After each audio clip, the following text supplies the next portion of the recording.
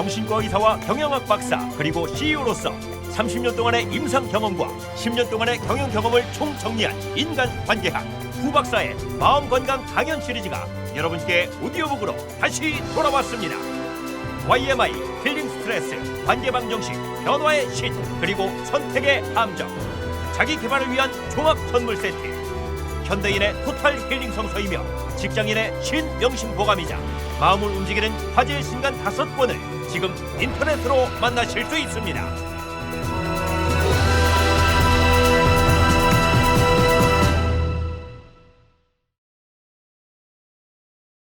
변화의 신 10. 창조성 개발. 정신과 의사 이후경입니다. 오늘은 변화의 신의 10번째 강의로 창조성 개발에 대해서 같이 알아보겠습니다.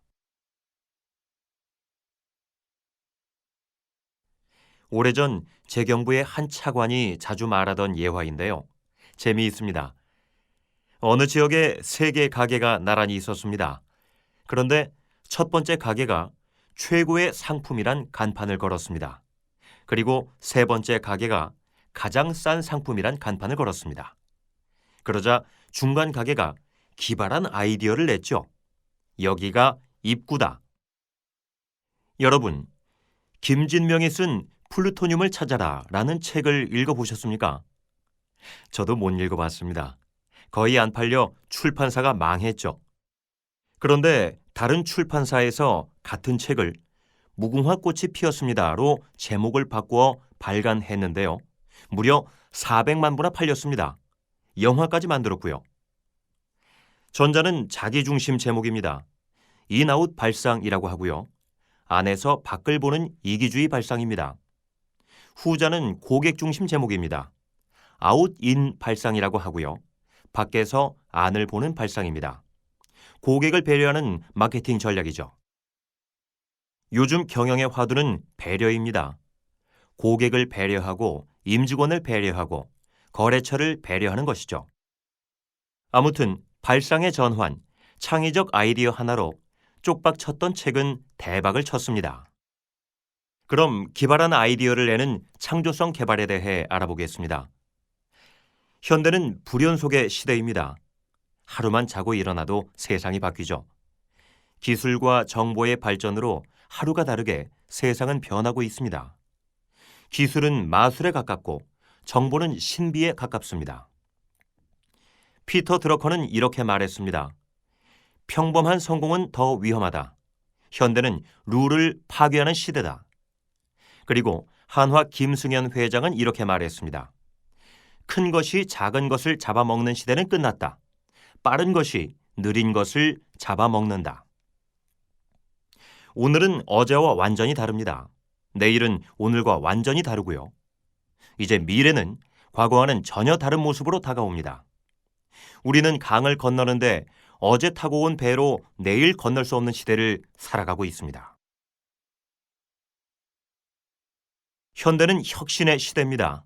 더 이상 비교 우위를 통해서 앞서갈 수 없죠. 톰 피터스는 이렇게 말했습니다.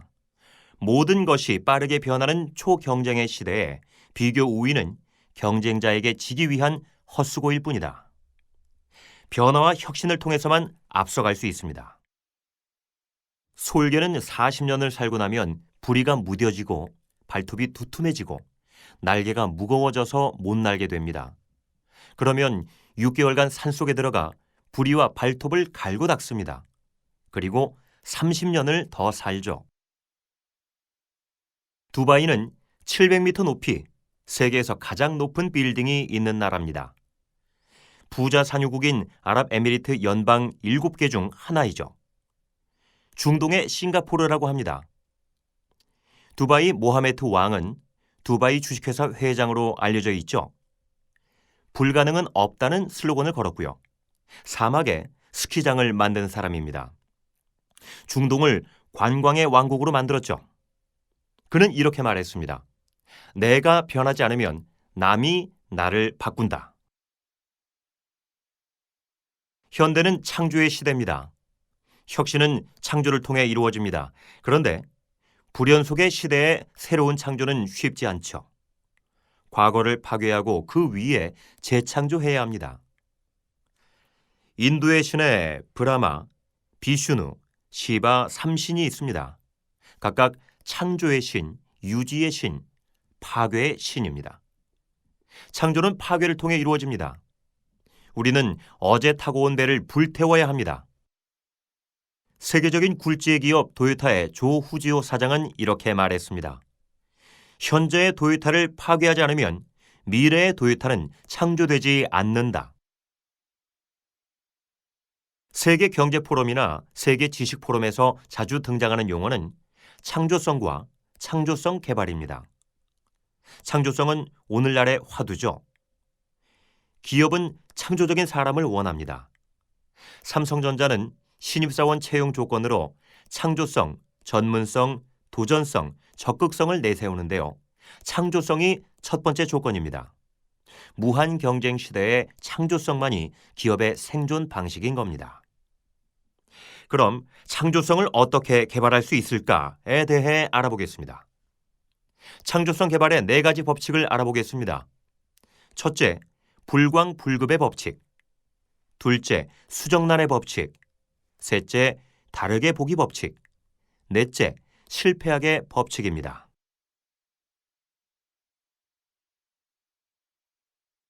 그 첫 번째는 불광불급의 법칙입니다. 미치지 않으면 미치지 못한다라는 말입니다. 가짜 줄기세포로 추락한 한때 한국생명과학의 선구자였던 황우석이 남긴 말이기도 합니다. 그는 우리는 일에 미쳤었다 라고 말했죠. 재미있는 예화가 하나 있습니다. 한 사람이 득도에 큰 관심을 가지고 유명한 도인을 물어물어 찾아갔습니다. 그런데 도인이란 사람은 아주 무식하게 생겼어요. 믿겨지지 않았지만 도인에게 어떻게 하면 득도할 수 있는지를 물었습니다. 도인은 묵묵히 그를 강으로 데려갔습니다. 그리고 억센 팔로 그를 물속에 쳐넣었어요. 처음에는 장난인 줄 알았는데 점점 숨이 막히게 되었습니다. 너무 힘센 도인의 팔에서 벗어날 수가 없었죠. 도인이 아닌 미친놈을 만난 겁니다. 이러다 죽겠다 싶어서 젖먹던 힘을 발휘해서 미친 사람을 밀치고 겨우겨우 살아났습니다. 그리고 대들었죠. 그때 도인이 말했습니다. 득도하려면 이 정도 사력을 다해 목숨을 걸고 뛰어들어도 쉽지 않다. 세상에는 대충해서 성공할 수 있는 일은 하나도 없습니다. 피자 하나를 만들더라도 설렁탕 한 그릇을 끓이더라도 우리는 정말 미친 듯이 몰두해야 무언가를 이룰 수 있습니다. 짐 콜린스는 그의 저서 위대한 기업에서 이렇게 강조했습니다. 자신이 세상에서 최고로 잘할 수 있는 일에 최고의 열정을 가지고 미친 듯이 뛰어들어야 한다. 조선시대에 김득시인이라는 시인이 있었습니다. 그는 9살이 돼서야 겨우 글을 깨우쳤죠. 20살에 처음 시를 썼습니다. 그런데 그는 자신의 우둔함을 무조건 외우기에 도전했습니다. 사마천의 사기 중 102전을 미친 듯이 외웠습니다. 무려 1억 1만 3천 번을 읽었다고 하죠. 부족한 사람은 있어도 부족한 재능은 없는 법입니다. 아인슈타인은 천재입니다. 한 번은 기자가 아인슈타인에게 물었습니다. 당신은 어떻게 해서 그렇게 어마어마한 일을 해냈습니까? 아인슈타인이 말했습니다. 나는 평생 한 가지에만 미친 듯이 집중했다. 일본 창조협회 회장인 다카하시 마코토도 말했습니다. 창조는 끊임없는 연마에서 나온다. 일본의 오카노 마사유키라는 사람이 있습니다. 그는 방송, 공개 강연을 통해 혁신과 창조성을 전파하는 사람입니다. 그는 이렇게 말합니다. 평판이 좋은 사람은 망한다. 괴짜만이 살아남는다. 오카노 공업사는 직원이 6명인 금형 프레스 제조업체입니다. 이 세상에 어떠한 금형도 만들 수 있다는 엄청난 자신감을 가진 작은 기업인데요. 설계 도면도 없이 기계를 만듭니다. 주문이 전 세계에서 몰려오죠. 부르는 게 값입니다. 그런데 오카노는 초등학교밖에 못 나왔습니다. 그는 평생 3대 신조로 살았는데요. 첫째, 목숨 걸고 일한다. 하루에 3시간밖에 안 잡니다. 둘째, 아무나 할 수 없는 일만 골라서 한다. 셋째, 변하지 않으면 죽는다. 오카노의 학습 발상은 오로지 실패를 통해 배운다라는 것입니다. 많은 사람들은 하고 싶다라는 말을 많이 합니다. 하지만 이보다 하겠다, 할 수 있다라는 마음가짐이 큰 것을 해낼 수 있습니다. 모든 창조성은 김득신처럼 우둔할 정도의 엄청난 노력에서 나옵니다. 창조성은 아인슈타인처럼 고도에 집중해서 나오고요. 창조성은 오카노처럼 목숨 걸 때 나옵니다. 미치지 않으면 미치지 않는다라는 말을 깊이 간직해야 합니다.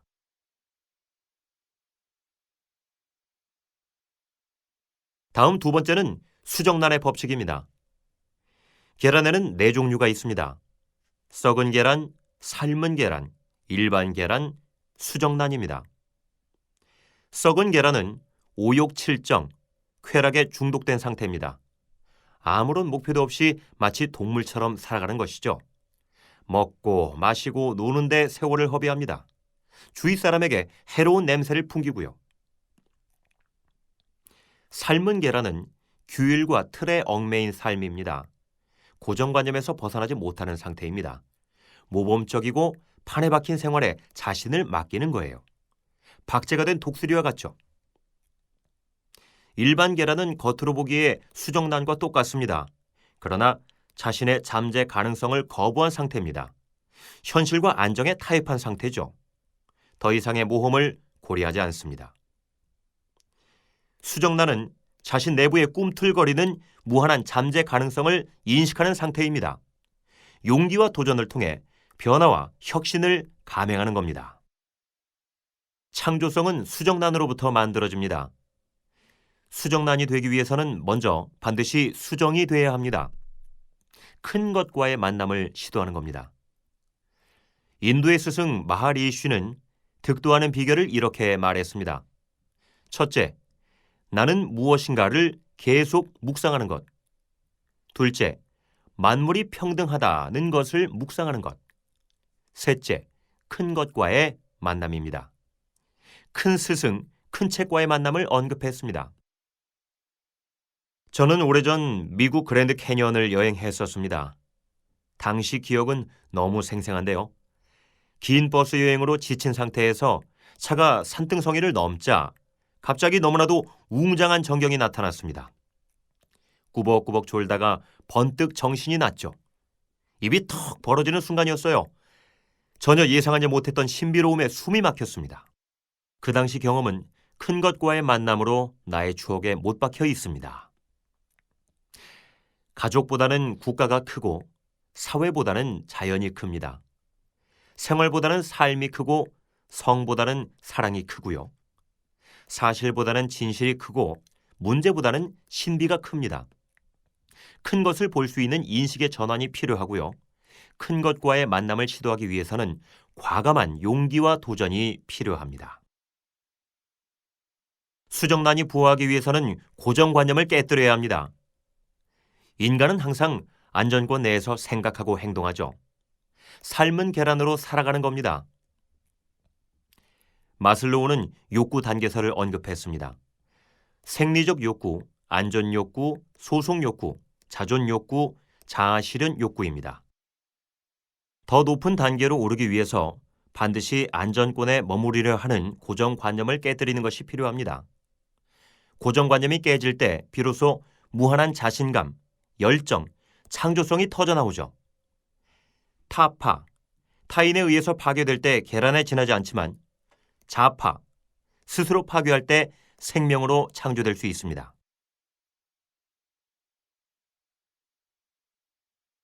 다음 세 번째는 다르게 보는 법칙입니다. 게슈탈트 심리학은 인생을 다르게 보는 법칙을 제공했습니다. 물컵은 다르게 보면 두 사람의 만남으로 보입니다. 할머니는 다르게 보면 예쁜 처녀로 보이고요. 이렇게 세상은 보는 관점에 따라 달라집니다. 견시관이라고도 합니다. 우선 창조성은 모든 것을 당연히 보지 말고 항상 왜라는 질문을 하기 위해서 출발합니다. 도요타 자동차에서는 신입사원을 채용할 때 Why, Why를 5번 크게 외치라고 합니다. Y식 문제 해결 방법은 많은 기업에서 중요한 방법으로 알려져 있습니다. 한 중소기업이 난로 과열로 불이 나서 하루아침에 쫄딱 망했습니다. Y식 문제 해결을 하면 다음과 같은데요. 1. 왜 난로가 과열됐을까? 퇴근 시 난로를 끄지 않았기 때문. 2. 왜 난로를 끄지 않았을까? 난로에 불이 켜진 것을 못 봤기 때문. 3. 왜 난로에 불이 켜진 것을 못 봤을까? 난로가 사장 책상 옆에 놓여 있었기 때문. 4. 왜 사장은 퇴근 시 난로를 끄지 않았을까? 급히 퇴근하면서 김 대리에게 불 잘 끄고 가 당부했기 때문. 5. 왜 김 대리는 끄지 않았을까? 전기불로 알아들었기 때문. 결론은 다음과 같습니다. 전달을 구체적으로 하자. 다음으로 창조성은 거꾸로 보기에서 시작됩니다. 거꾸로 코드가 경영 현장에 새로운 트렌드로 등장했습니다. 거꾸로는 창조, 혁신 이미지를 지닌 블루오션의 키워드입니다. 여러분, 열사의 땅 중동에 활활 타오르는 난로를 파는 것을 어떻게 생각하십니까? 석유 난로 업체 파세코는 이 일을 해냈습니다. 그래서 세계 1위 난로 메이커가 됐죠. 중동도 고산 지역은 밤에 영하로 떨어지고 중동 사람은 영상 10도만 되면 추위를 탄다는 역발상에서 아이디어를 얻은 겁니다. 이라크에서만 120만 대를 팔았습니다. 2009년 한 해 동안 매출액 1,200억의 30%가 중동 시장에서 나오고요. 중동 난로 시장의 80%를 장악하고 있습니다. 여러분, 동토의 땅 러시아에 시원한 바람이 나오는 에어컨을 파는 것을 어떻게 생각하십니까? 삼성전자와 LG전자는 이 일을 해냈습니다. 러시아 사람은 추위에 익숙하고 낮 최고 기온이 겨우 25도를 넘는 여름을 견디기 힘들어한다라는 역발상에서 아이디어를 얻은 겁니다. 이것으로 러시아 에어컨 시장의 60%를 장악하고 있죠. 창조성은 관점 바꾸기에서 시작됩니다. 콜럼부스와 달걀은 관점 바꾸기의 전형적인 예화입니다. 밑이 둥근 물체는 세울 수 없는 게 상식입니다. 그런데 콜럼부스는 고정관념을 깨고 달걀을 세웠죠. 개념 확장을 통해 관점 바꾸기를 시도했습니다. 물체를 세우려면 밑이 편평하면 된다. 그러므로 달걀 밑동을 깨뜨리면 세울 수 있다. 일본의 니혼 전사지는 칼을 만드는 평범한 회사였습니다. 종이를 자르는데 칼날을 자주 쓰면 무뎌져서 버리게 되는 것은 상식입니다. 그런데 니혼 전사지의 한 직원은 고정관념을 깨고 오래 써도 칼날의 성능이 좋은 칼을 만들었죠. 개념 확장을 통해 관점 바꾸기를 시도한 겁니다. 새로운 칼일수록 성능이 좋다. 그러므로 칼에 미리 홈을 여러 개 파두면 계속 새 칼이 된다. 니혼 전사지는 커터 칼로 세계 칼 시장을 정복했습니다. 현대 창업자 정주영 회장의 조선소 얘기는 아주 유명합니다. 조선소가 있어야 배를 수주하는 것은 상식입니다. 그런데 정주영은 고정관념을 깨고 영국으로부터 조선소 없이 배를 수주하였습니다. 개념 확장을 통해 관점 바꾸기를 시도한 것이죠. 기술력만 증명하면 된다. 당시 정주영은 롱바르트 회장에게 당시 한국 지폐 500원짜리에 그려져 있는 거북선을 보여주었습니다. 조선시대부터 내려온 탁월한 한국의 조선 기술력을 증명했습니다. 관점 바꾸기는 4단계를 거칩니다. 1. 고정관념 깨기. 2. 목표와 비전 세우기. 3. 넓게 보기, 개념 확장. 4. 관점 바꾸기. 휘트먼이란 시인이 있습니다. 시를 쓰는데 천방지축이라 한 번은 기자가 이렇게 물었죠. 당신은 왜 이랬다 저랬다 합니까? 휘트먼이 대답했습니다. 나는 거대하다. 그래서 모든 모순을 수용할 수 있다. 그는 관점 바꾸기의 대가입니다. 여러분, 빚 만드는 회사가 스님에게 빚을 팔 수 있겠습니까? 스님은 머리카락이 없어서 빚을 팔 수 없다라는 것이 고정관념입니다. 이것을 깨고 빚을 팔 수 있는 기발한 아이디어가 있습니까? 우선 목표와 비전을 세워야 합니다. 스님에게 반드시 빚을 팔 수 있다. 목표를 세우면 이루어지기 마련입니다. 개념 확장을 통해 관점 바꾸기를 시도해야 합니다. 첫 번째 영업사원은 10개를 팔았습니다. 오래 살려면 빗으로 대머리를 빗어주면 혈액순환에 좋다는 겁니다. 두 번째 영업사원은 100개를 팔았습니다. 불당 앞에 거울과 함께 빗을 비치하고 신도들이 불공들이기 전에 사용하도록 고안했죠. 세 번째 영업사원은 10,000개를 팔았습니다. 석가탄신일 빗에 연꽃 무늬를 새겨 시주하는 신자들에게 공짜로 선물하라라는 것이었습니다.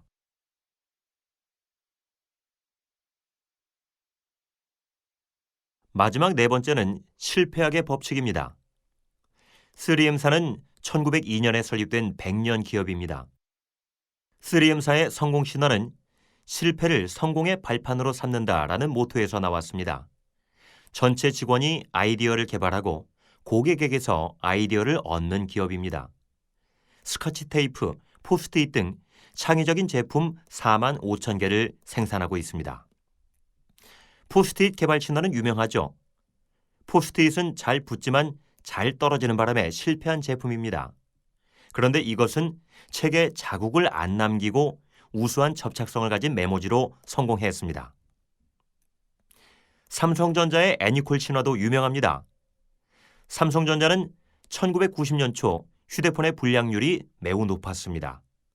이때 이건희 회장은 구미에 전 직원을 모아놓고 500억 원에 해당하는 15만 대의 불량 휴대폰을 불살랐습니다. 그리고 실패를 통해 성공을 기약했죠. 에디슨은 전구를 발명하는 데 무려 999번의 실패를 걸쳐서 1000번째에 성공했다고 합니다. 한 기자가 999번의 실패를 물어볼 때 에디슨은 이렇게 말했어요. 나는 전구를 발명하는 1000가지 방법을 터득했다. 실패를 성공의 거울로 삼은 경우입니다. 에디슨은 이렇게 말했죠. 창조는 99%의 노력과 1%의 영감으로 이루어진다. 여러분, 차지혁에 대해서 들어본 적이 있습니까? 그는 2000년 미다스칸 주식 공모로 히랍 미다스 왕의 황금 신화를 꿈꿨습니다. 그러나 금감원의 고발로 희대의 사기꾼으로 몰려 쪽박을 찼죠. 그런데 6년 만에 재기해서 도토리 70개로 싸이월드를 창업하여 1조 원 신화에 재도전했습니다. 나 차지혁, 시대의 개가 되고 싶다. 1조 원의 신화에 재도전한다. 차지혁은 고아로 자랐습니다. 하지만 그는 어려서부터 두 가지 소중한 철학이 있었습니다. 첫째, 못 배운 것이 죄가 아니고 배움을 포기하는 것이 죄다. 둘째, 학연, 지연이 없는 것을 절대 탓하지 않고 일촌맺기 마케팅에 투신한다. 그는 이렇게 단순한 두 가지 컨셉으로 크리에이티브 비즈니스, 크레비즈 벤처 사업을 벌였습니다. 레드오션과 블루오션을 넘어서 화이트오션을 주창한 겁니다. 창조적 비즈니스 모델만 가지고 사업을 성공할 수 없습니다. 모델을 시장으로 연결하는 데 필요한 경제력과 조직력이 있어야 하죠. 그는 유통혁명을 일으키는 매직오더 사업을 제안했습니다. 전국 364만 신용카드 가맹점주를 대상으로 매직 단말기를 무료로 제공하는 겁니다. 매직 단말기는 과거 단순 적립식 카드에서 나아가 고객 스스로 할인율을 결정해서 도박을 하는 로또 단말기입니다. 쌍방향 마케팅과 엔터테인먼트를 합한 아이디어죠. 쇼핑에서의 흥미와 재미를 불러일으킨 모델이고요. 도박 심리를 적용한 대박 비즈니스 모델입니다. 차지혁식 아이디어 발상은 이렇습니다. 무덤까지 가져와야 할 남녀 간의 로맨스, 문자 메시지의 프라이버시를 지켜주는 프라이버시 콜입니다. 아주 간단한 아이디어죠. 많은 사람이 한 번쯤 있었으면 하는 니즈와 원치를 상업화한 겁니다. 믿거나 말거나 그는 최초 꽃배달 서비스, 최초 포인트 적립 마케팅, 광고 보기 캐시백 제도, 문자 서비스, 통화 연결음 컬러링, 카풀제 캠페인, 안전벨트 캠페인 등 수없이 많은 아이디어를 냈습니다. 차지혁은 절대 실패해서 굴복하지 않는 사람입니다. 결코 꿈을 포기하지 않는 사람이고요. 그는 이렇게 말합니다. 나는 어릴 때부터 2개의 산을 품었다. 절망이 와도 2개의 산을 절대 내려놓지 않았다. 꿈을 가진 사람들에게 큰 언덕이 되겠다는 것이 바로 그중 1개의 산이다. 차지혁의 꿈은 자신의 성공을 위한 꿈이기도 하지만 꿈꾸는 자의 성공을 위한 백이 되어주는 꿈이기도 합니다. 자기를 사랑하고 상대를 배려하는 훌륭한 철학이 들어있는 꿈입니다. 아무튼 차지혁이 희대의 사기꾼이었다 하더라도 참으로 멋진 발상의 전환 창조성을 몸으로 보여주는 좋은 사례라고 생각합니다. 하버드대 창조성 센터의 가드너 박사는 이렇게 말했습니다. 실패를 용납하라. 그러면 창조성이 생긴다. 미국 나사에서 아폴로 11호 프로젝트를 실행할 때 한 번 이상 실패해본 경험이 있는 사람만 선발했다고 합니다. 미국 벤처타운인 실리콘밸리는 실패를 자산으로 하고 있습니다. 조직의 창조성은 우연하게 발휘되지 않습니다. 조직원 개인의 창조성에서 출발하죠. 창조성 전문가들은 한 목소리로 말합니다. 조직에서 개인의 창조성을 높이기 위해서는 스트레스가 없어야 한다. 개인이 4가지 법칙을 발휘하기 위해서 조직과 사회가 주는 심리적 압박감을 최소화하는 것이 대단히 중요합니다. 창조성 연구 분야의 세계적 권위자 스콧 아이잭스는 조직의 창조성을 높이기 위한 방법을 소개했습니다.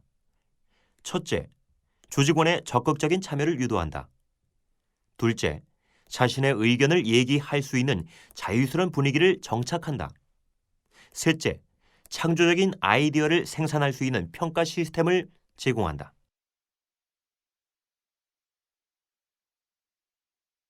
자, 이제 결론입니다. 한 나라의 존경받던 왕이 나이가 들어 왕위를 넘겨주게 됐습니다. 아들 셋을 불러 돈 10,000원을 주면서 별궁을 가득 채울 수 있는 것을 마련해 보라고 했습니다. 첫째 왕자는 적은 돈으로 가장 큰 부피를 채울 수 있는 방법을 연구했습니다. 결국 궁 안을 쓰레기로 가득 채웠죠. 둘째 왕자는 고민 끝에 10,000원어치 물을 길러 날랐습니다. 궁을 물바다로 만들었습니다. 왕은 2 아들의 어리석음에 분노했습니다. 셋째 왕자는 밤늦게 아버지를 궁으로 초대했습니다. 궁에 들어선 왕은 깜짝 놀랐습니다. 잔잔히 흐르는 불빛으로 그득하고 은은히 넘치는 향기로 가득했죠. 궁 한가운데는 불 켜진 초 한 자루와 장미꽃 한 송이가 놓여 있었습니다. 초 한 자루와 장미꽃의 지혜가 바로 창조성이 아닌가 생각합니다.